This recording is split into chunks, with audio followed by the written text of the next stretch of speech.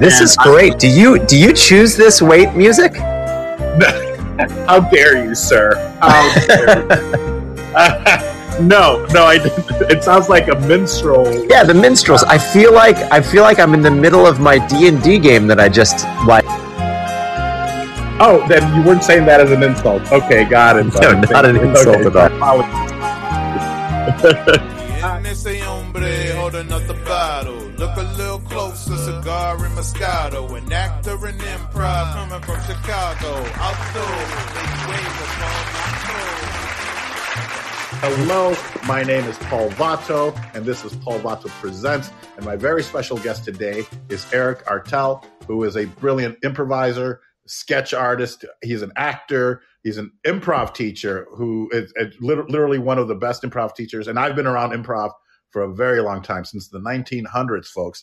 And when I tell you that he is brilliant, and his partner and his company, it's amazing. And he's also the host of, how do I get this correct? You're the host of America's AFV prank show on online. Prank Academy. Yes, Prank Academy. Academy is brilliant. And with over 4 million TikTok followers. But that's, obviously that's not what makes us who we are, but that's, I think, an integral part of who we are and what we do. So, Eric, first of all, thank you so much for taking time from your busy day to be here, and I really appreciate it. And you have a small child, so thank you for taking the time to be here. It's my pleasure, Paul. I mean, it's wonderful.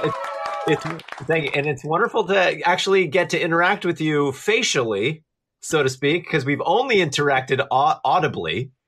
So this is actually kind of nice. Do you know if there's a way for me to go more full screen on? Can I? Oh, there we go. Ah, look at that. I just tap it. Yeah, and you have a choice. We could either go like this, which I think almost everyone is doing. So on the playback, because it's saved here on the app. If you don't mind, I'll tell you a little bit about the app. Yeah, please. And I'd like to also tell you a little bit about Amway after this. So that's actually. I need some Tupperware. Do you have? No, but you can go. The way we are now, and then on the playback, they're just side by side. We can have up to, I think, 4 or 6. I think up to 4 people on video, but you can have up to maybe 8 people on stage. So we could even do some kind of, not today, but if you wanted to bring an improv show here, I think it could be done. Dave Keckner and Paul Valancourt were actually on the app, and we're working on a show, which I think they're still, going to put out sometime. But I know Dave got busy with the film. Or you can go sideways. You can go horizontal, traditional filmmaker style. So if we ever need, if we're going to shoot a show or something, you could almost shoot it. And I think that's what Fireside is looking for, are people to bring shows here, whether it's, there's a home decor show where they come out to people's homes, and it's a well-known person that does it. And, it's wide open, and they just connected with an NFT company so that we can then NFT our shows, and it's monetized. So, if you ever want to bring, whether it's your workshops here or your prank academy, and it's improv shows. Are you kidding me? What? This makes perfect sense. All right, great. Done. We're going to do it. Makes perfect sense. And then it lives on the platform. You can share it. But most importantly, and I think they just set it up so that you can literally, if you have Libsyn, it can just go right to Libsyn right away. What I like to do is download it and edit it. Not really the middle. No, I think people are used to the fact that there might be a few mistakes and ums and whatnot. But I will chop off like that whole beginning and just go right into, hey, welcome, my guest is, so that people get to it right away. But and you can simulcast. You can simulcast to YouTube, Twitch, and Facebook, which is what we're doing now. So anyone that's there, unfortunately, I haven't set it up so I can read their comments. They'd have to be here on Fireside for me to do that. And then if you get a stream key. So if you're on LinkedIn or any of the other places where you can stream via a stream key, you can go throughout the metaverse. So I love the platform. Wow, fantastic! And hello to the Facebook. That's all. I just want to say hello. Hello. I wish you could do it to a TikTok, because I was now finally able to. You probably don't know what the feeling is like to not be able to go live, but after I started posting, I got over 1,000 followers. Now I think I have like 5,000. So I'm trying to hit that next 10,000 mark. Thank you. You're too kind. Because you have 4 million followers on TikTok. Yes. I do. I don't know how many of them are real, but I do. There are a lot of people on there. Yes, it's a strange feeling. It's a strange feeling, particularly coming from the acting world.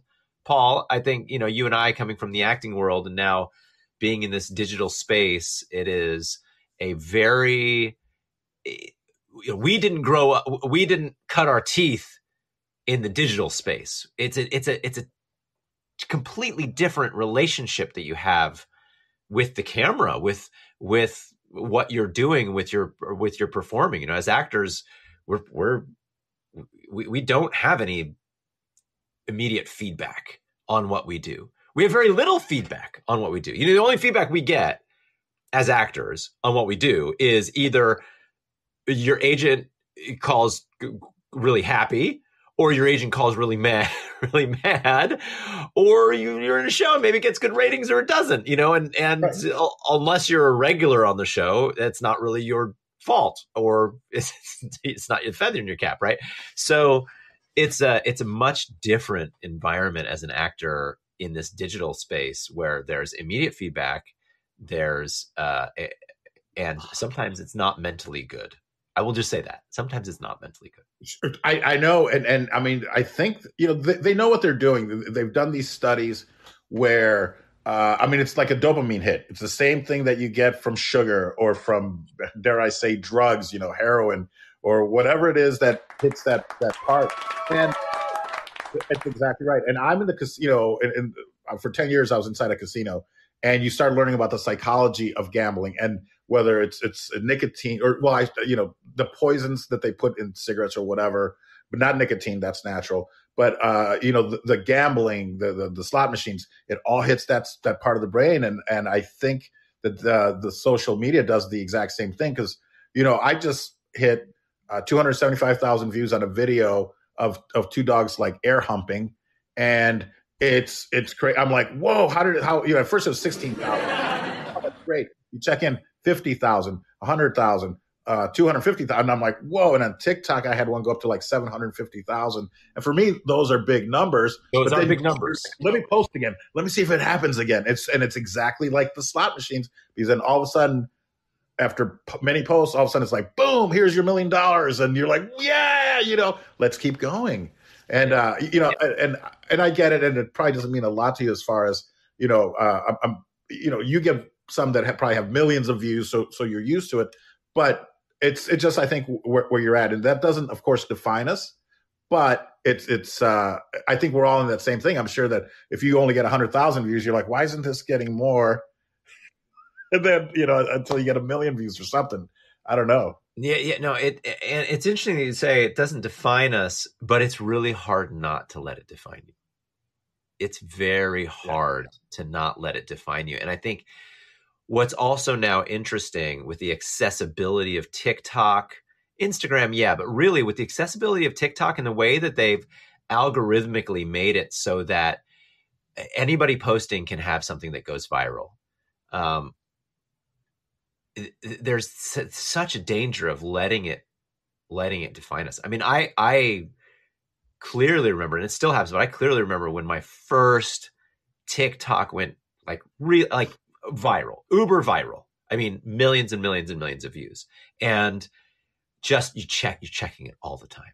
You're checking it. You're looking at your followers grow. There's that addiction, and then you're right. You let it start to define you, and boy, it is dangerous. And, we as actors, we have a lot of insecurities as it is. Like, we have a lot of issues as it is. We do not need these new issues when it comes to social media, digital content.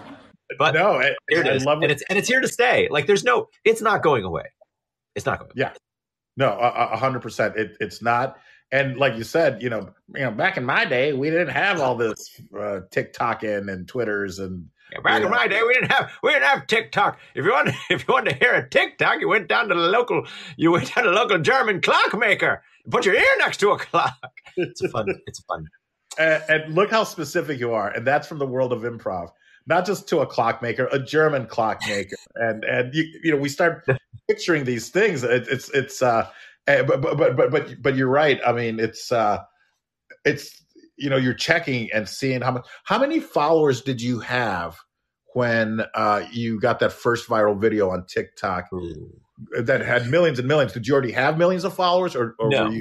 Okay, No, I didn't. I had probably amassed. It's a good question. I was in the hundreds of thousands. got it. Okay, fair enough. I was in the hundreds of thousands. But at the time, it was different. It was very different. The app was different. Back in my day, back in my day, when you posted a viral video, the only viral thing you got was when you were kissing your school friend under the bleachers. And it was it.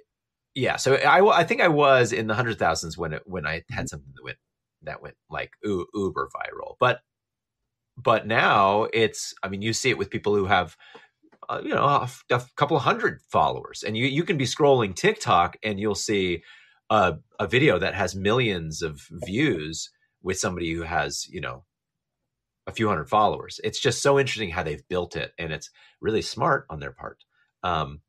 So it's interesting just as creators, because you're a creator and I'm a creator. As creators, it's kind of like this double-edged sword, right? Or I don't know if it's called really a double-edged sword, but it's like, well, you make something that you think is really great, and you get rewarded for it with views, and that's great. But then you also realize that the way it's set up, it's also rewarding other things.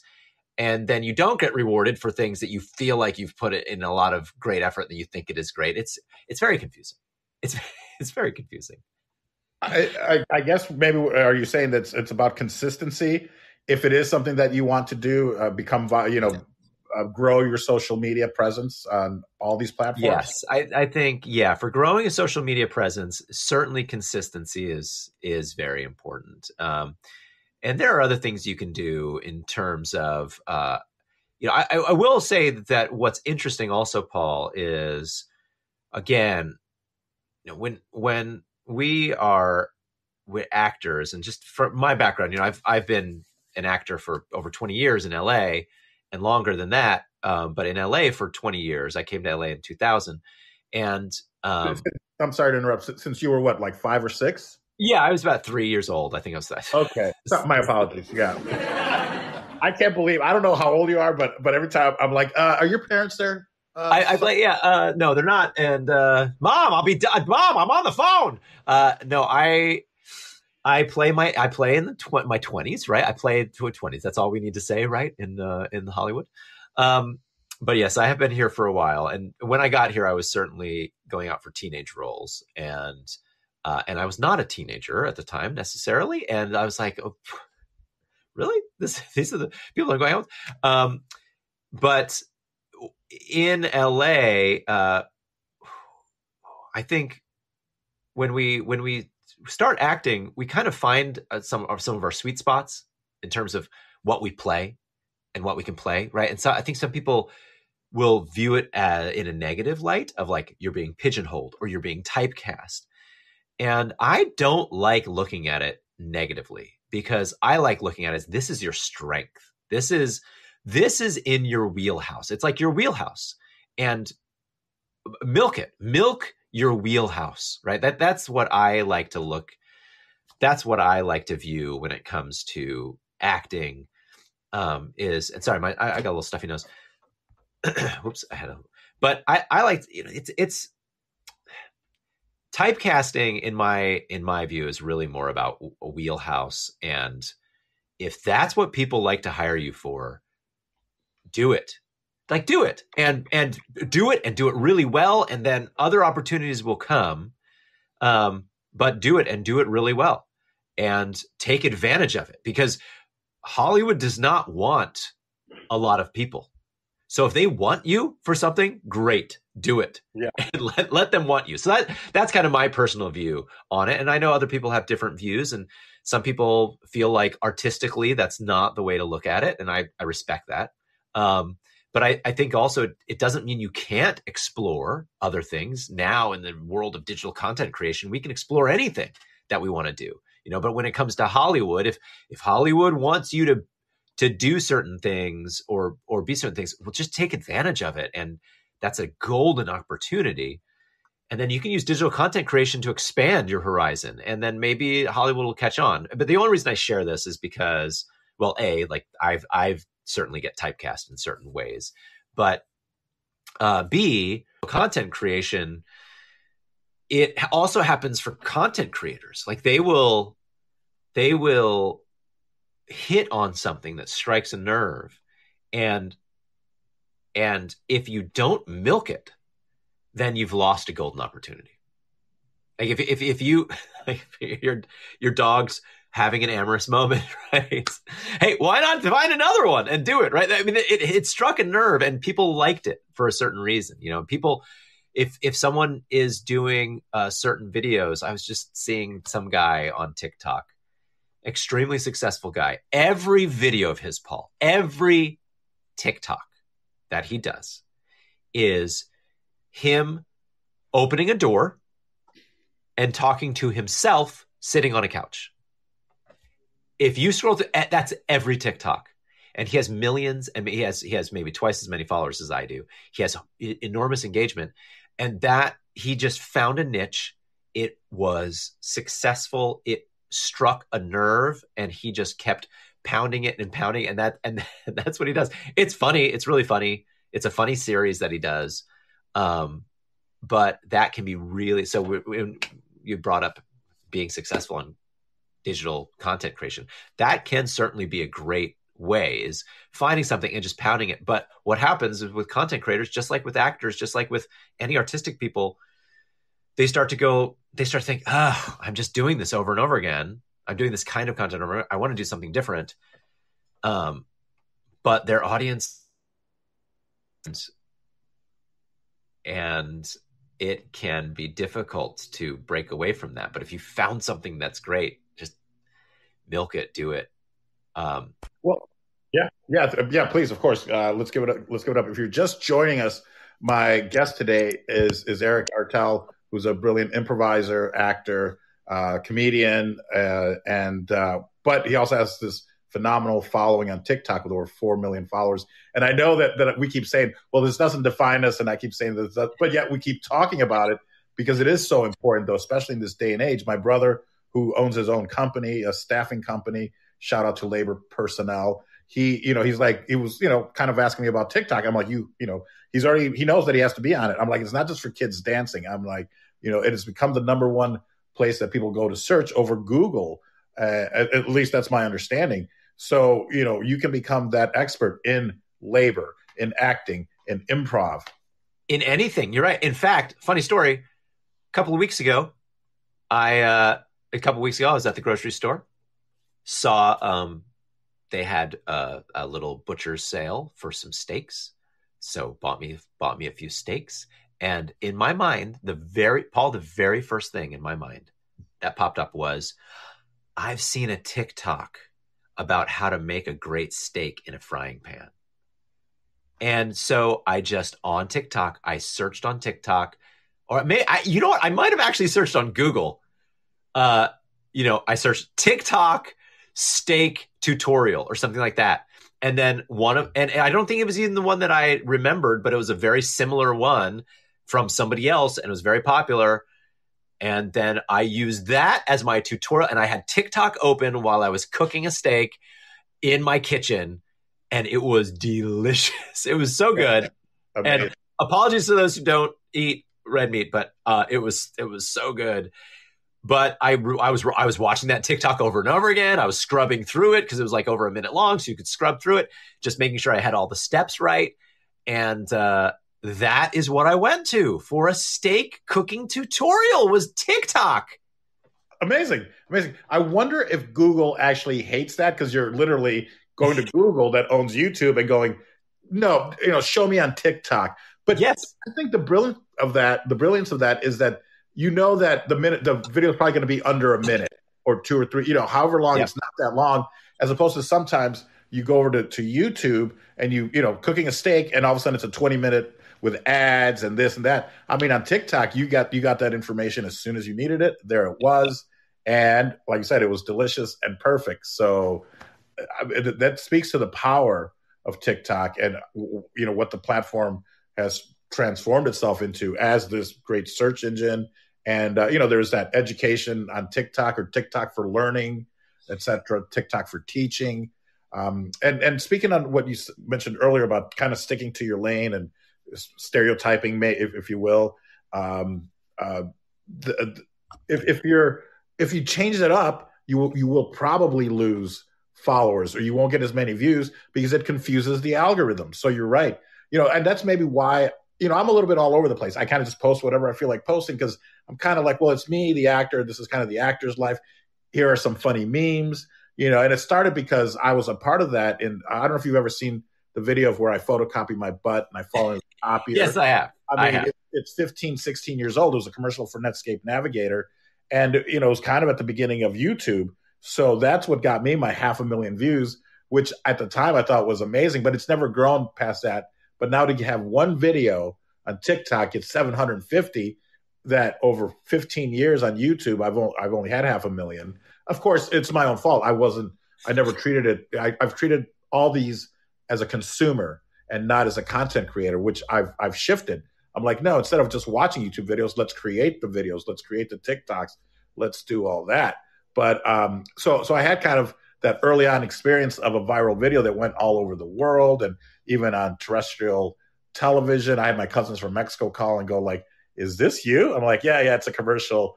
I have to let them know first that I'm not really that big of an idiot. So. It is great. I have seen it. And, but you bring up such a great point. I mean, it is, YouTube was not accessible to everybody. It was hard. You had to have the right equipment and editing. I mean, obviously editing now and filming is a lot easier, but it's still not as accessible as a creator. TikTok is so accessible for anybody. And I don't care what you do. It does not matter what you do. And it does not matter what business you have. It doesn't matter what you do for a living. You can post to TikTok. It is so easy.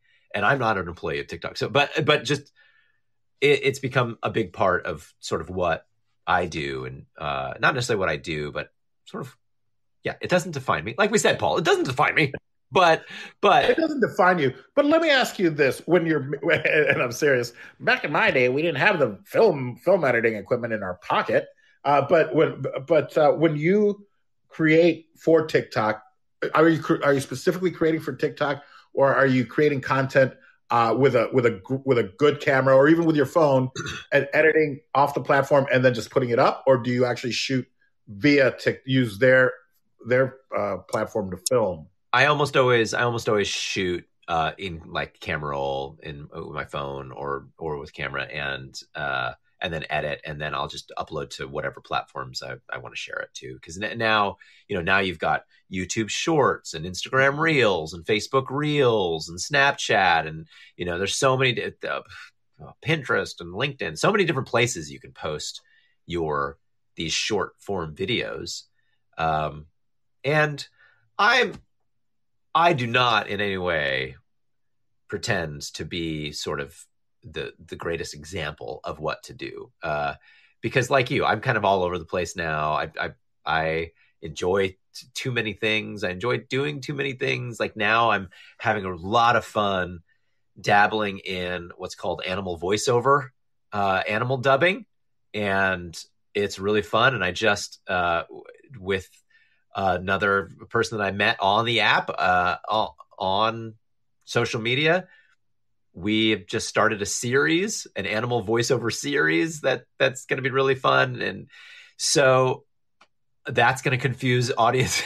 It's going to confuse audiences, but it's really fun. And there's a lot of traction. So I certainly don't I don't follow all the advice that I like to give, or all the insights that I like to give. But it also depends on kind of what your goals are ultimately. But yeah, I will usually shoot with my camera, with my phone, I mean, and then just edit. I'll edit in Premiere. I like to do a lot of man on the street interview stuff. And so I'll usually bring that into Premiere and edit it and then put it out there. But one of the things that I haven't done a lot of, Paul, that I would really like to do is, well, two things really. One, I would just like to do a little bit more fun acting centric type of stuff, whether it's just sort of ridiculous sketch comedy things. I just haven't really focused, because that does take time. That takes more time. That does take more time. But I've always wanted to do some of that, because I feel like as an actor, that type of stuff can help you. I've certainly put a lot of stuff out there that as a host, because I do a lot of hosting, like AFE's Prank Academy, I'm the host as well of that show. So I've done a lot of stuff in that regard, but I'd like to do more of that. I started doing more of that on the voiceover side, because I'm also a voiceover actor. So that is one thing I would love to do with digital content creation. And then the other thing is I would like to do more on the improv side. Like you mentioned, I teach improv, and we have our Improv Wizards online learning system, and there's just more that we'd like to do, but there's only so much time in the day. Yeah, 100%. And I just want to take a quick break and welcome everyone that's here. For those of you that showed up late, my guest is Eric Artell, improv teacher, and I want to definitely talk about Improv Wizards, which is a great academy in which to learn improv. And you guys are already, do a lot of things complimentary on Clubhouse and whatnot, and those are some great rooms. I feel I'm a seasoned improviser, and I'm always learning from you guys. Or, maybe I'm trying to work on my own course and go like, that's a great idea. That's a great idea. That's a great idea. But you know what? I probably won't get motivated to do it. But you guys are a wealth of information. But now what you are, on TikTok and to improv, Sebastian in the audience is to LinkedIn. So I don't know what your presence is on LinkedIn, but if you ever have questions, and I hope Sebastian's okay with me, shouting him out this way, but he's like the de facto go-to person for LinkedIn. His name is LinkedIn Seb, as a matter of fact. So, I think, anyone that's in the audience or yourself, Eric, he's someone to connect with. And I want to say, thanks for everyone that's here, for Chris from San Francisco, who does brilliant voiceover, and Charlotte from Australia, who can teach you how to dress. She was a professional butler. And Esther, she dates an Italian. That's all I know about her. No, I'm kidding. Hi, Esther from Canada. And she's also a brilliant content creator on TikTok and all the other platforms. And Peter, who I think is a musician. And so everyone that's here, thank you guys so much for being here and spending time with us. But I definitely also want to get to your Improv Wizards Academy and talk about that because, as we said, social media and TikTok doesn't define you. But let's go back to TikTok. I'm just kidding.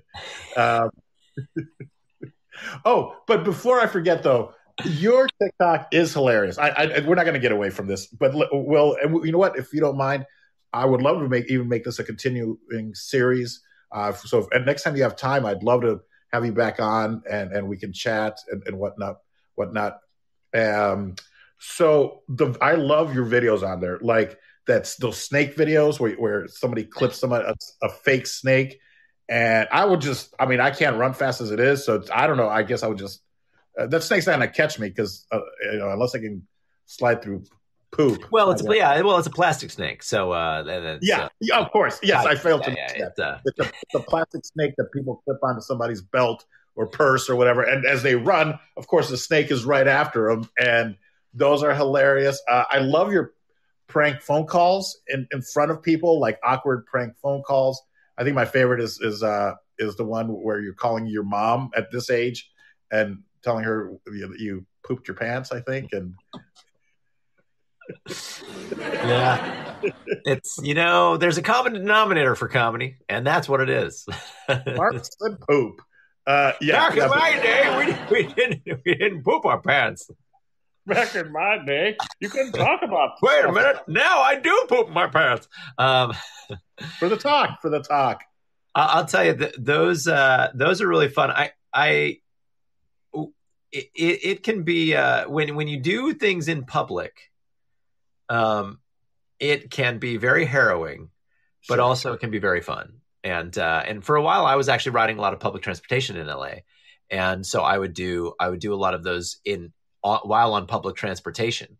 And so you just kind of I have my hand up on my hand up on one bar with one phone that's recording, like hopefully it's angled correctly, and then my hand on another phone and doing that. And then man, I remember one time I was doing one where I was doing just sort of selfie recording, and I was just calling people out like as if I was doing a message to somebody, and like I was on a bus one time and there were a couple of guys behind me, and then I just said, I was like, Peter, you owe me money, Peter.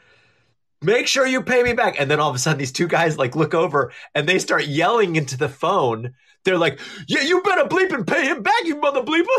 And I'm like, whoa, it was so great. So fun. Just really fun. Do you get, do they have to sign a release or anything, or you just put it out there, right? Because they're public, right? Yeah, I just put it out there. I think if you're filming specifically for YouTube, and you are going to be earning money on AdSense, I think the proper thing to do is to get releases from someone for that. But for this, just going up on TikTok and stuff, I didn't. Maybe I should have. Are you monetized on TikTok? And I don't know if this is something you'll be willing to share or talk about. Not really. No, it is not a good monetization platform. So I've certainly done brand deals on TikTok, and you can look through my TikTok and see some of those, and that's always nice. But yeah, I think I would love to do, and there have been some discussions about doing like some prank shows or like man on the street shows for actual production companies. And then when you do that certainly is something where like you have your handlers who get people to come and, or after you've done it, then they'll come and they'll have the release forms and they'll be like, okay, sign this. And then you have to blur out their faces, etc. So sure. But it's nice to if you have a team like that where they either set it up ahead of time, like you said, or, folks, this is for this show. If you could just sign, thank you. You've got your PAs to do that. But unfortunately, I think like we're one person show. What are you going to, oh, well, they're gone. All right, whatever, forget it. Yeah. But I think nowadays, and if you're in public, you are free game, so I think nowadays people are just used to, if you're outside, you're being recorded. I spent 10 years in a casino. I know every second of my life in that casino was recorded, so, and any casino, really wherever you walk around in Vegas, whether it's the Strip or Fremont Street, you're being recorded. So there is that, of course. Yeah. So I think people are used to it. And I mean, as long as you're not an idiot, like I heard a story about this kid that was pretending to stick people up with like a rubber knife. He got shot, but it was a prank, the people that go and blow in people's ears, like to a stranger, I've seen some nice takedowns, Yeah. Not bright. I think there were some other kids who were doing a prank video where they were running away with a bag that they had money in it, and as if they had robbed a bank, and then they got charged. They eventually got arrested, and it was just for a YouTube video, So yeah, you have to be smart with those. And I think you're right. The LA area is certainly a little different of an area when it comes to that. It reminds me of a story, Paul. I got hired to do a job with LeBron James, where he was. So LeBron James, who is a part owner of a pizza place like a fast food pizza place called Blaze Pizza. And so I don't know if you know Blaze Pizza. It's great. I mean, is there one are there some in Vegas? Because if there is, it's my favorite pizza place. Yeah. I think it's actually owned by the people who do own Wetzel's Pretzels. So if you've ever been like New York or wherever, Wetzel's Pretzels. Sure. So Mr. and Mrs. Wetzel, who I've met now, they started Blaze Pizza, and LeBron James is an investor in Blaze Pizza. And so we were shooting a commercial for Blaze Pizza, and it was a hidden camera commercial. So the conceit of the commercial was I had to get trained to how to be behind the counter making Blaze pizzas with the other employees. But I was a Blaze Pizza employee, and LeBron James was also a Blaze Pizza employee. And his name wasn't LeBron; it was like Ron or something. I think it was Ron for this. And then they had hidden cameras all throughout the restaurant. And to get people's reactions when they had this long line for lunch. The lunch rush came in, and then LeBron comes walking in as an employee, and he's like, I'm training him.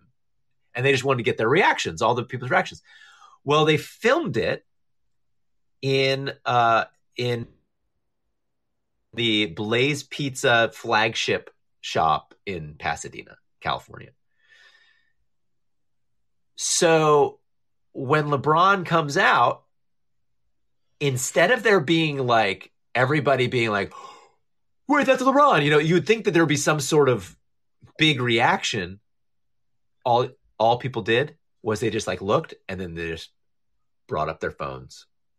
Like there was no big reactions. There was no, it was so sad. It was so sad.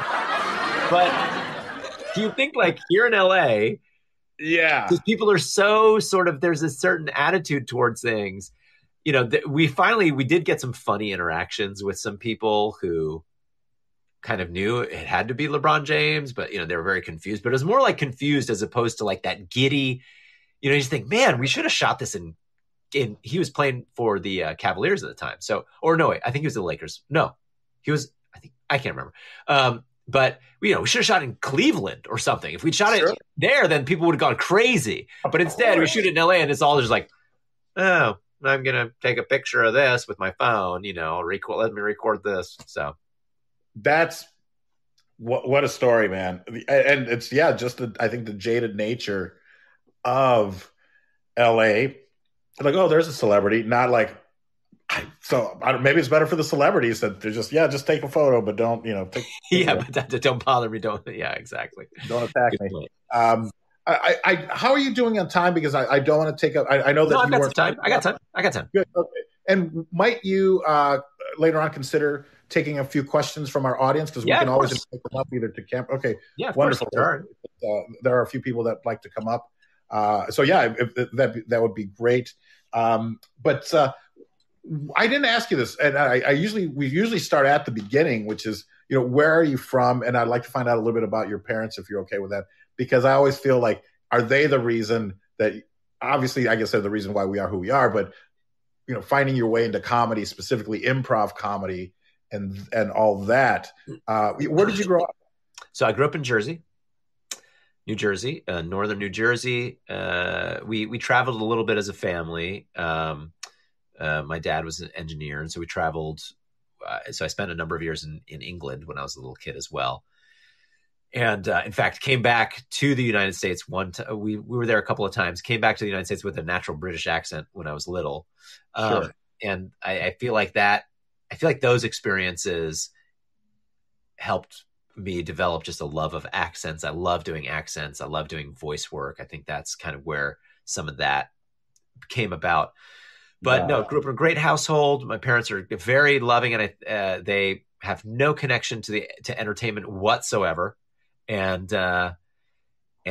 so I think what they did do, unbeknownst to them, or maybe unwillingly, they were just so supportive and so loving as parents. And so, although my dad, I've said before to others that he, a little bit of chagrin that I didn't become an engineer. But I think he, and then also my mom particularly, they've just always been so supportive of anything that I did. So any artistic pursuits that I ever had, like I loved doing theater when I was young. I did a lot of music stuff and sports, just everything. So supportive. The only thing they were not supportive of, and I was not allowed to do, was play football. So that was like the one thing. And I grew up Paul, I grew up in an Italo-American town where football was king. Sure. And my dad was like, I have too many friends and coworkers who have permanent limps because of football. So you're not playing football. That was like the one thing that they wouldn't let me do. But other than that, they were just so there. Yes, let's have some plus. So what you're saying is that they loved you too much, and they loved me. Yes, they loved me too much.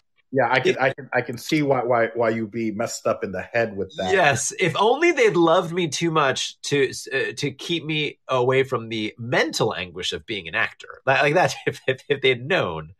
Yeah, but no, they were just so supportive of us as long as we were making good choices. You know, they and so that's the kind of household I grew up in, and I'm so grateful for that, and that's the household that I'm hoping to also encourage as I have a household of my own.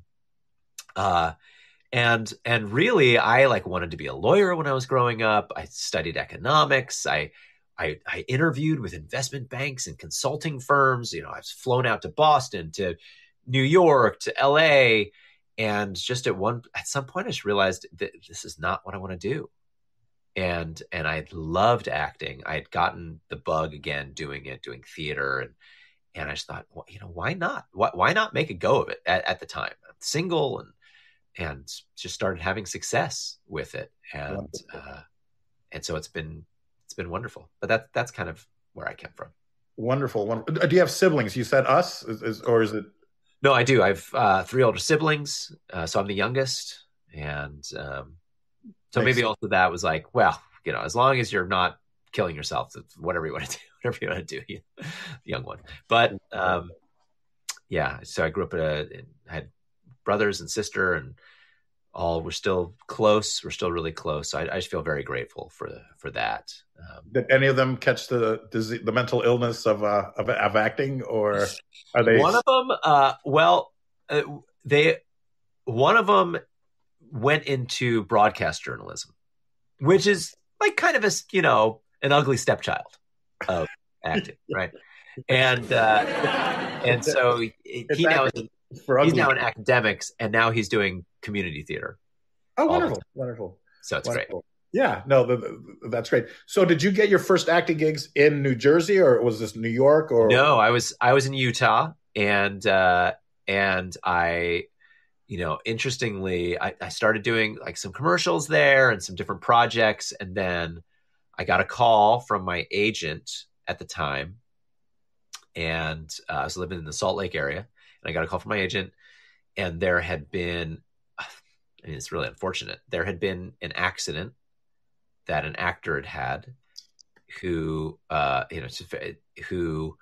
went to the hospital and was filming like the next day for a little role in a movie, for like a 1-day shoot in a movie. And so they were doing an emergency audition session, and like, can you go to audition today? Because like it's filming tomorrow or the next day. And so I went and I got that job. And so I got Taft-Hartley'd for SAG. Through that job, it was one of my first paying actor jobs ever.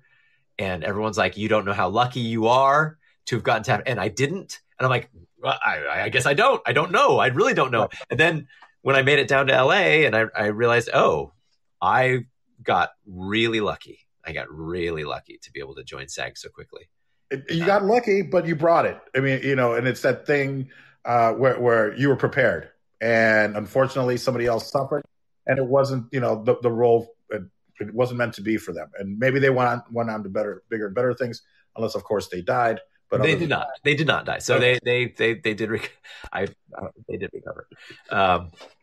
So I then came to LA, and at that time I was doing improv.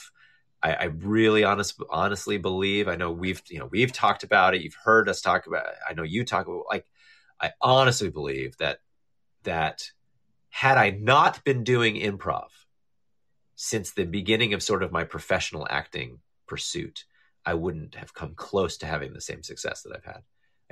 I firmly believe that. And so it's been a great ride.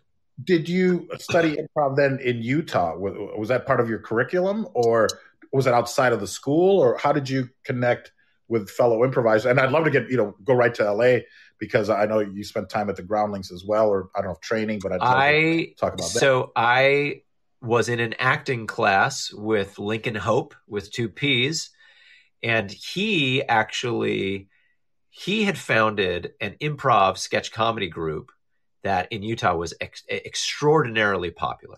I mean, selling out huge places.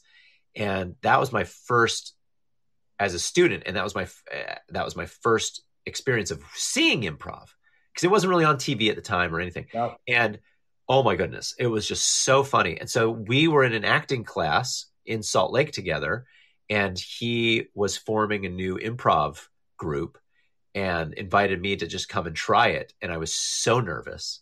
But I tried it and fell in love with it. And we loved doing it together. And so we were performing up in Utah, and then I was also learning there. And then when I came to LA, then I studied the Groundlings and started doing improv. Also, like, we started doing some iOS shows, and I've never done UCB. I would love to go just do some UCB, because I would love to study more in that realm as well.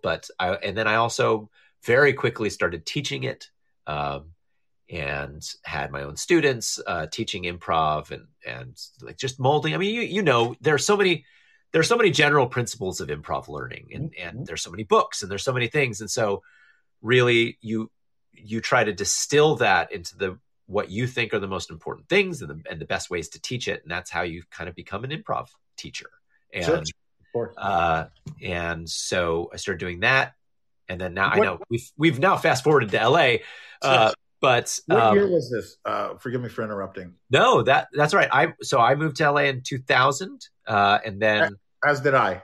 Oh, great. So yeah, I moved, and then SAG went on commercial strike like right away. Yeah, of course. In 2000.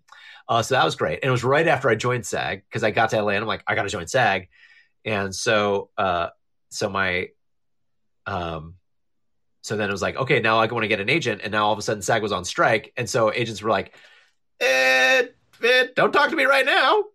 So then it took a year for me to, I did a mailing. I just did a mailing, mailed headshots, resumes, and cover letter.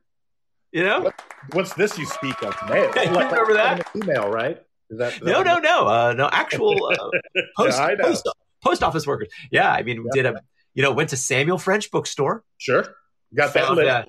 Yep, and found one of those, a couple of those books of like agents in town. Which ones are accepting submissions? Yep. And I sent out 6.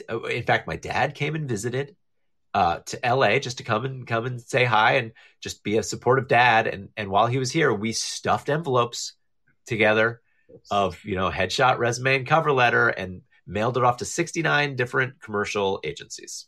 Oh, I just had I think I was triggered. Headshot, resume, and cover letter. Oh, headshot. Yes, the worst. Oh my! But you know what? Maybe not the worst, because like there was a process, right? It was a baked in process, and like you knew that is a way to do it. And now I feel like there isn't, right? Like there's advice, there's opinions for a lot of agents have, and that the network has. But like back in my day, there was a baked in process for like, okay, I could go have lunch with, and I would go have lunch with people moving to LA, and you probably did too. People moving to LA, and they're like, okay, I want to try to break in or whatever. And you're like, okay, here we go.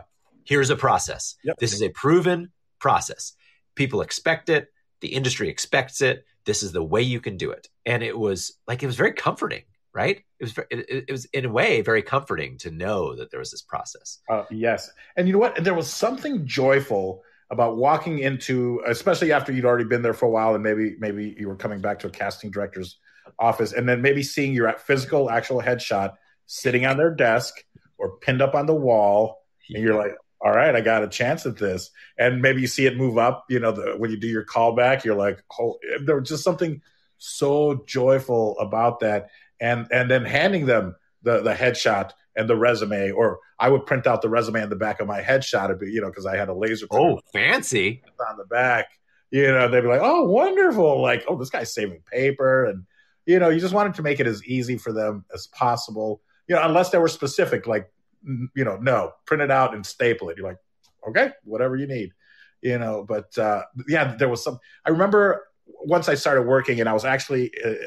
Nicole, is that her name? Nicole Garcia, I think, who was the casting director at Mad TV. And I would just hang out there on Fridays. And so sometimes they put me in stuff, and it was because, I interviewed Chris Cluse, who was an Emmy-Award-winning writer, and he was a writer on Mad TV. That's where I met him. And he goes, you guys were here all the time. I'm like, yeah, because we could eat, we could drink. especially on the weeks when they were filming the show. And somehow I don't know if I was actually auditioning for Nicole for something, but I was in her office and I look over and there's a VHS tape of Salsation, which was my improv group that I started in Chicago and still going, but it was sitting, and I think I just got distracted. I'm like, I go, you have our tape. I go, she goes, oh, she goes, yeah. She goes, I've watched it. She goes, you guys are really funny. And I was like, wow. And there was just something, my heart just like exploded to see a VHS tape that, that's how long ago this was, sitting there with our name on it that I remember submitting to them, like, hey, consider anyone from our group for Mad TV type of a thing, thinking that it would have been thrown away. And there it was. So I don't know. There is something about physical or tactile things that now, if you walk in, what can the back side of a computer tell you? Nothing. You don't know what they're looking at.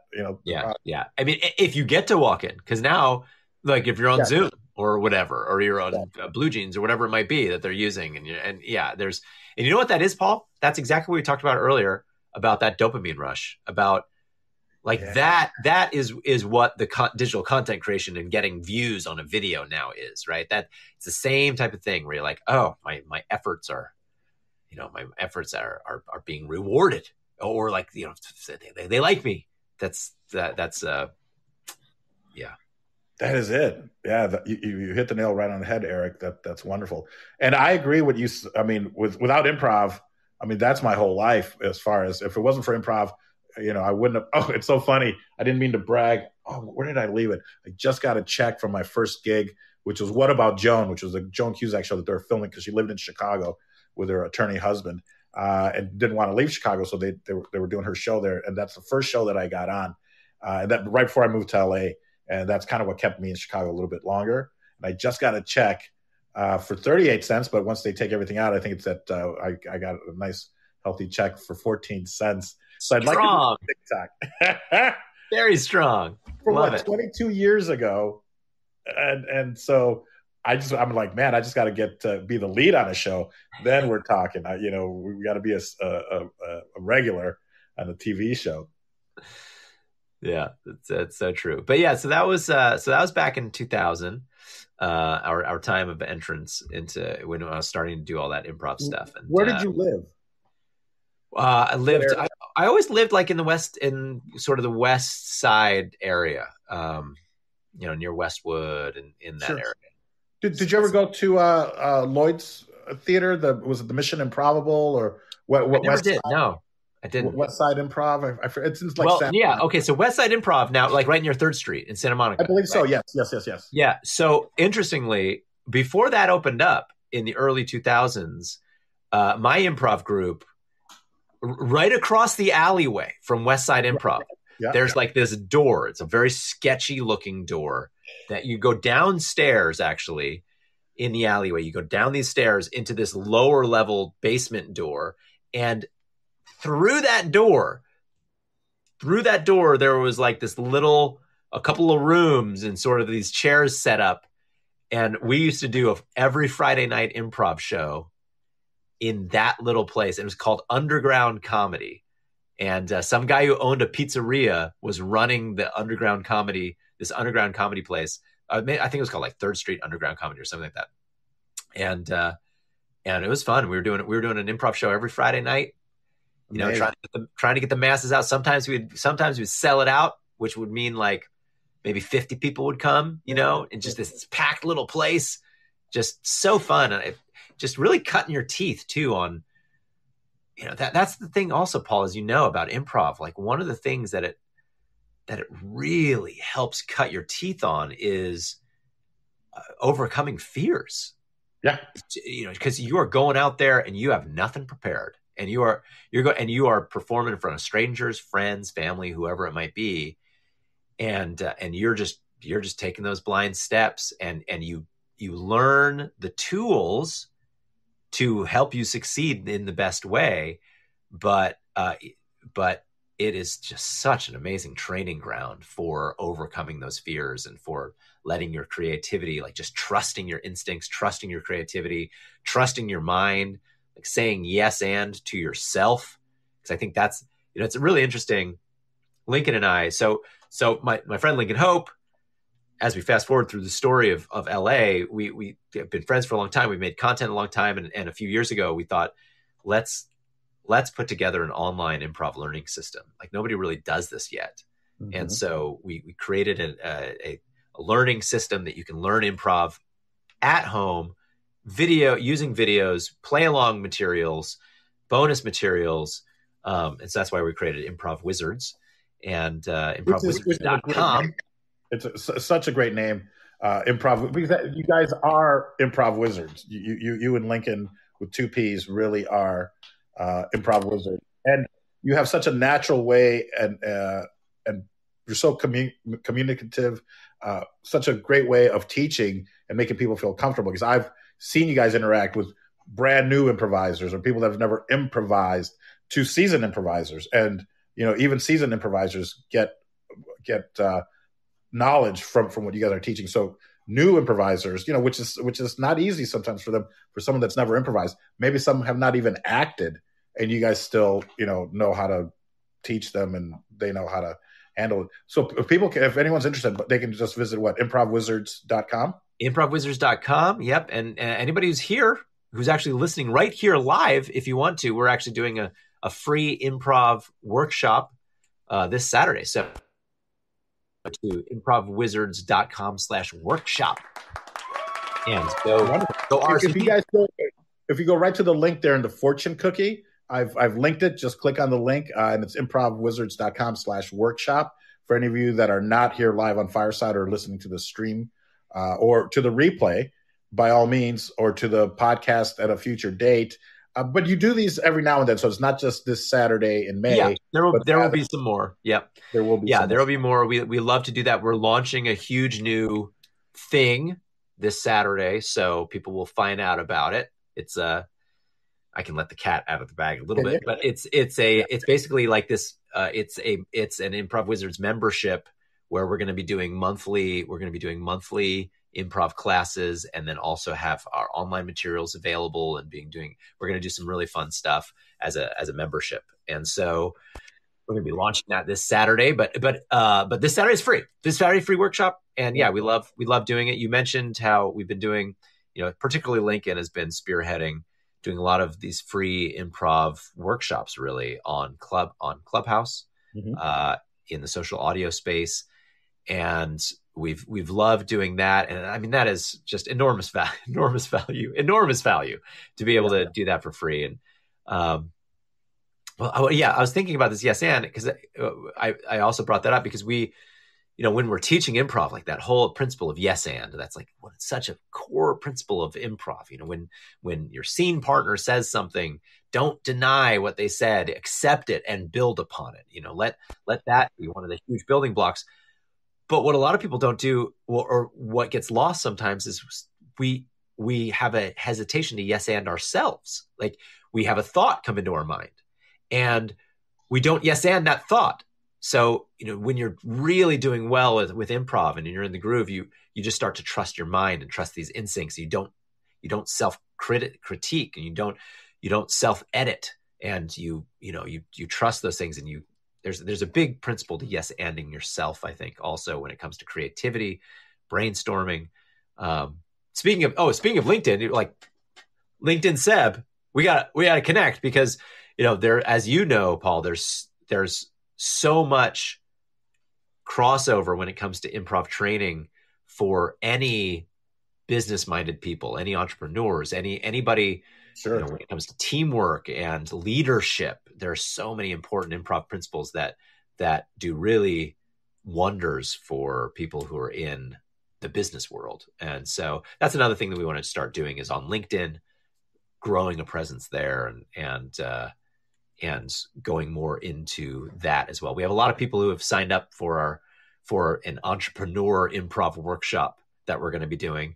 So that's going to be fun to do, but it really is something that not only helps your acting, but helps so much of what you do in life. Wonderful. Well, if there's any way that you would need me or want me to get involved, whether it's just helping you promote it, I'd be more than happy, or you can come back and we can even do some kind of mini workshop here, or on LinkedIn, Lincoln on LinkedIn, Because that really speaks to me, the power of yes and for business. And when I first got, I think on Wisdom or on one of these other social audio apps, I had something over 1,400 people come through because I put yes and an improv technique for business, I think I called it. And it really spoke to a lot of people because, improv is not just for us geeky theater folks and to do comedy. As a matter of fact, you're not supposed to go for the joke. I interviewed Susan Messing not too long ago, and it's not like you're not going for the joke. The more serious, the better. And it's listening and it's yes-anding. And I really love what you said because that's something I really hadn't thought of is giving ourselves permission, saying yes and to ourselves. What Del Close, one of the things that he taught us was, like all these things we were able to do when we were kids, when we were playing. And you'll probably see this with your child, that everything is yes. And you're this, yes, yes. And we do that with each other as we grow up. And then I think as we start becoming adults, that's when the no or no but or no maybe or maybe no, or yes but or yes but it starts creeping into the cycle. Now there's nothing wrong, I think, with taking a few seconds or a split second, especially if you're with an improviser who's not going to just, there's silence, I got to talk. But if you're with a fellow improviser, taking a few moments to look at the different decisions of which path you can go and then choosing that more interesting path. Yeah. But you're right. We shouldn't deny any of them. That is something that really hit me. That's great. It's important to say yes and to ourselves. Yes, very, very important. Shameless plug, Paul. But we actually have we've started creating like these little power courses. We call them power courses, which are like mini courses, online courses with some video tutorial, but then a lot of practice videos that people can actually practice improv on their own. And the first one that we put out is called Yes and Yourself. So it's actually called Yes and Yourself because that's one of the big principles that we try to teach in there. And it's just so powerful. Interesting. A funny side note. I've told the story before. You might have heard me tell the story before, but I went to a wedding. Who was an actor, comedy guy, and he was getting married to a girl who was also an actress and also a dancer. And they had their wedding, and in their vows, they said, standing across from each other in their wedding garb, they said, "I will always yes and you." Oh, and like at first it was like, oh, come on, that's so cheesy. Yeah, but then I've thought about it ever since then, and I thought that is amazing. It's just so wonderful. It's so wonderful. For anyone who's been in relationships, the power of yes-anding in a relationship is so incredible. It's so tiring when you're in a relationship if somebody is just constantly denying you or constantly, whatever it might be. But instead, when you're in an environment of this constructive building, it's so wonderful. So I sort of repented in my heart for at the time thinking that it was a little too cheesy. Like a little eye roll. But it really hit me, man. Yeah. Is that why you have a baby now? The power of yes and? That's right. And it was yes and all the way to the baby. Yes. You have one child? What is it, a baby? No, we have a few. We have a few children. Oh, you do? Okay, wonderful. I didn't know that. It's we've got a wonderful family there. They're the greatest and worst of moments for us. It was the best of times and the worst of times. So true. It's so true. What is that? Steinbeck. He was doing nothing but writing about parenting. That's what I feel like. It was a parenting handbook. Wonderful. Well, Eric, and man, I would love to. You tell me when you have time to do this again, or when you're ready to promote, something as well. Because we could Joe Rogan this and I could go on forever because you have such an interesting story. Yeah. There's also so many more questions, what's been like your favorite, what shows have you worked on or movies, or what's been your favorite, or your favorite people to work with, or that you've taught improv to. There's just so much. So anything that you want to cover, and then maybe we can invite some people up because I know that I think a few people might have questions for you, and would you be willing to answer some either improv questions or? Yeah, happy to. I have a little bit of time left, so yeah, happy to. Yeah, we can go. We can cover. We can trade acting stories another time. I think it's always fun. I think we got a lot of fun acting stories for sure that we could share at some point. I have a little quick one that has to do with acting, and I probably shouldn't even tell it because I just told it on the last podcast. But I have a friend, Marcio Rosario, whom I did The Bold and the Beautiful with, and it kind of speaks to the power of yes and. So we get hired, we're Latino, so of course we're bad guys, we're thugs, and we're kidnappers specifically. We've kidnapped Ron Moss, the star of Bold and the Beautiful, and we've taken him down to some Latin American country that doesn't exist, but we've kidnapped him.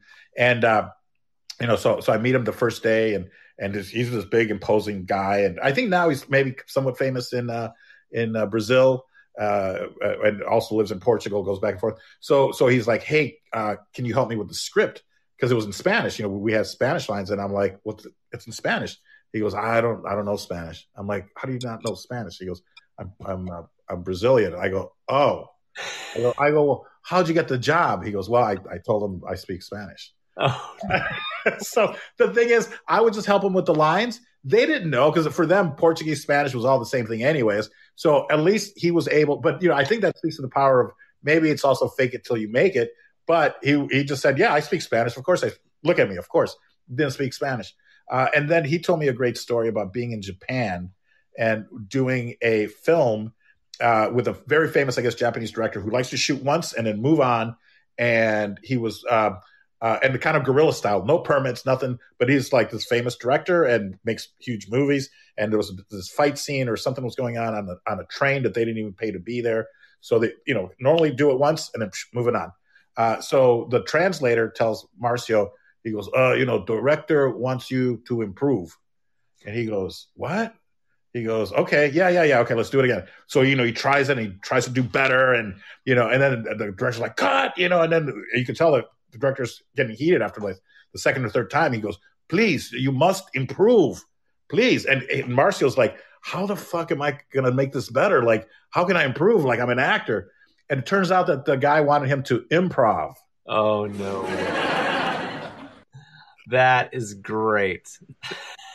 He goes, different line. He goes, you mean improv? He goes, yes, improve, please. Oh, that's great. That is great. That is great. Oh, why didn't you say so? Why didn't you say so? Yeah, and you know what, Paul, that also speaks to how important improv is, right? Yes. Like, because here's a director like wanting people to improvise, like that, man. So often directors would be like, all right, let's do another and just like make it your own, or just do whatever you want to do. And if you're not used to improvising, that's terrifying. That's what I loved about in-person auditions, because the especially like for commercials, like, can we do a different read on that? Or can you guys just improvise? We're like, yeah, 100%. You look at your partner, you're like, you studied improv? They're like, yeah. I'm like, all right, we got this. I did that via Zoom with someone else, even though that the person that asked to improvise probably wasn't an improviser, because they're like, okay, you two are, and I literally almost told the guy, like, shut the fuck up and just give us a suggestion and we got this. Because I asked her, I'm like, have you studied improv? She goes, yeah, Second City or whatever. I go, okay, great. So we're sitting there and you can see both of us looking at the guy telling us, okay, you guys are like, husband and wife, and he's giving us all this stuff. And I think she and I were thinking, because we DM'd afterwards, and she goes, I was just going to tell him to shut up. I go, me too. Just give us a suggestion. We got this, so, but I used to love that about the in-persons, where they can really see your range and how you can think on your feet and switch things around real fast. So it's the most important thing. One of the most important tools, I think, to have in your toolbox as an actor, as a performer, and like we said, relationships, business, etc. I think Bob Dassey and Stephanie Weir, two brilliant improvisers that are a couple, hope they're still together, wrote a great book on relationships and the power of yes and. I'll have to check that out. Well, if anybody would like to come up, by all means, just ask to come up and we can bring you up. Let me invite Chris up. No pressure, but Chris, wonderful. Chris, welcome. Let me invite you to camera if you'd like to join us. You can see that I'm blind invite to video. Welcome, Chris. I know that you're also very camera shy because you're a voiceover guy, but welcome. Thank you so much. And what a great afternoon and what a great conversation. I really appreciate what you're doing, Paul. Yes, and I appreciate Eric. Thank you, Chris. Good to meet you. That's how it works. Great information here. Anyway, very quickly, here in San Francisco, we have something that we do in our family, my wife, my daughter, and myself, every night. We have something called TikTok Theater. And so throughout the day, we have saved to our favorites list funny and amusing and inspirational TikToks. And then we gather in the living room and we put them on the big screen and we sit together and have a big laugh before we go to sleep at night.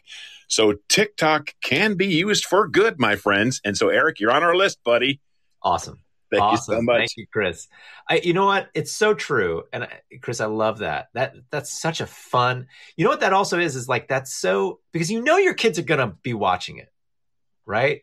And I don't, Chris, if you're still up, I can't tell who's like up or not, but he's still here. He muted himself. I think. Oh, great. Chris, how old's your daughter, if you don't mind? 25. Oh, this is amazing. Oh, that's great. Because I was going to say, like, even, you know, a way to sort of embrace what your kid's going to be doing and consuming anyway, right? And like making it fun in that way. That's I think that's really great. And it's true. I spoke to a huge youth group a little while ago about the power of using social media for good and how, you know, it has huge pitfalls, particularly when it comes to young people, but you can use it for good. And that's an awesome example of using it for good. That's yes. Yeah. I mean, listen, and please, Chris, no judgment. If you guys watch it if you go watch any of my TikToks for TikTok Theater, there's no judgment. No. You're on our list. And I'll tell you something else. I do a little TikTok myself. I have tens of followers. Anyway, I ride a mobility scooter. I'm a 65-year-old gentleman. I'm one of the oldest people on TikTok, perhaps. And I ride a mobility scooter and I do something called The Streets of San Francisco, a free to laugh now production. So anyway, I go around the streets and I film. And one of the things that I do that I love so much is to go up to people who are looking at their phones, standing on the corners outside of restaurants, obviously waiting for rides. And I pull up on my little mobility scooter and I say, "Did you call Uber?" And they're like, "Yeah." And I'm like, "Hop on." So we have a lot of fun with that. My question is, how often should you post on TikTok? Thank you so much for all the help. Oh, Chris, great question. As often as you want. As often. It's a terrible answer, but so TikTok particularly has a specific way that they treat their algorithm that it's important to be consistent. Just as a creator, it's important to be consistent. But for TikTok, they treat every post as an individual piece of content, and so your account, every video has a chance of sort of it going viral, and somebody with millions of followers can get terrible engagement on videos, and somebody with not can get great engagement on some videos. So really, my advice would be posting as often as you feel comfortable posting. I mean, consistency is important, but for that platform, there are creators who find great success posting every day. There are creators who find great success posting a couple times a week. There are creators who found great success posting multiple times a day. So that it's more to how you feel yourself. Great answer. I love that. From the things that we've discussed on our TikTok group, on Instagram and Clubhouse, if you want to, the people I believe, and please correct me if I'm wrong, that do grow it are posting like 4 times a day, but that's what they've dedicated their life to, I mean, that's their job basically. But then again, Chris is retired, so what else is he going to do besides? Yeah, Chris, come on, just post as many times as you want, Chris. Chris, I got a great idea for you. I love giving ideas. I also work with a company called Collab. It's a digital network. I've got to go in a couple minutes, Paul, but here's an idea. I love giving ideas to creators. When you go up to somebody and instead narrate what they're doing in your radio narration voice. So like you go up and this is not an original idea. It's not an original idea. I've seen other people do something similar, but like you can go up there and say, and as he texted his girlfriend, she replied with a "No way, Jose," or something like that, and then just capture their reaction. It can be a fun thing. That's good. Eric, man, I really want to thank you for spending all this time with us and here on Fireside. And if I would encourage you, if you'd like, at least to apply to be a content creator. They just started. I'm not sure if we're going to get any of it, but they just started like $100 million fund because they just partnered up with Skate, which is an NFT company for like content creators and all this. I don't know all the details. This just happened yesterday. So I would encourage you, if you want, I'll send you the link so you can apply. Yes, please do. Please do. And to Fireside as a content creator, because I think you and Lincoln, and maybe, you're gracious enough to allow me to come and play with you guys. We could do some great stuff here on Fireside and create, shows, even if it's like a proof of concept show, like, we can do it for each from home with our cameras and then try and sell it. I don't know. I have an improv game show that I'm working on. So if you don't mind, maybe I'll reach out to you with that. My agent has, my manager, I should say, has all that information. But yeah, let's connect for sure, Paul. Let's connect. And I'd love to have Lincoln on here also. So maybe, did your eyebrow grow back? Because I know that you lost it in a TikTok. How do you make it disappear? Is that a proprietary secret? Oh, no, it came right off. No, it was just, video editing magic. Okay. Wonderful. So it was fake. It was fake. It was fake. And it's, and this can be another conversation at some point, but certainly that idea came from another idea that somebody was using. And then I decided to put a twist on it. And that one blew up as well. I love it. So folks, please visit the improvwizards.com/workshop for this complimentary free workshop this Saturday. What's the date on this Saturday, if you don't mind? This Saturday is May 14th. May 14th. So if you're listening to this before May, please, join this workshop. You won't be sorry, because the information. And then quickly, your clubhouse rooms, are you doing them on a set schedule on Saturday? Those are happening Saturdays and Sunday mornings. And under the Actors Breakfast Club. And so you can go check that out as well. Great. So is there anything else? Do you have any final thoughts or anything else you'd like to promote? We'd be more than happy to hear those. Or it's been a great conversation, Paul. I absolutely loved it. So yeah, and let's keep connecting and help bring some more magic to the world. I love to put a smile on people's faces, and I know you do too. 100%. And anybody can put a smile on people's faces. So yeah, come on over to improvwizards.com. Check it out. I appreciate you letting us talk about it as well. And come on to the socials, Instagram, TikTok, come say hi. Always love connecting with people on those. Do you follow people back on TikTok? And if you do, I do. So I'll have to make sure I follow you back. Yes. Please, so. I follow you. So I know, again, that's not what it's about. It doesn't define us, but it's good. High tide rises all boats. So yes, I love that saying. So thank you, folks. My ask is please visit vato.tv or paulvato.com, where then you can find all of my socials. But more importantly, this is a brand new podcast.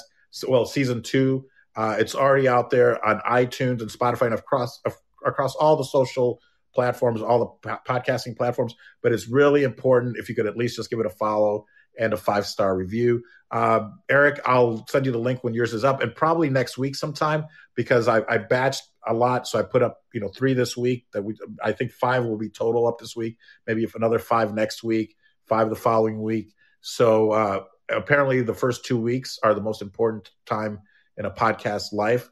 So if you guys could just do me a huge favor, go to Spotify and iTunes, give it a follow, give it a 5 stars. And if you can, please leave a review. And most of my interviews are just like this, laid back and a little funny, but I think very informational. So if you got value from it, please do that. And Eric, once again, I think you just threw your baby somewhere, so you might want to go check in on your I will. Thank you, Paul. It's been wonderful. And thanks everyone for listening. Great. Thank you, folks. Thanks for being here. Much appreciated. Back to the weight box. Yeah, love it. Quien ese hombre holding up the bottle? Look a little closer, cigar and Moscato. An actor in improv coming from Chicago. Auto, big wave for Paul Vato.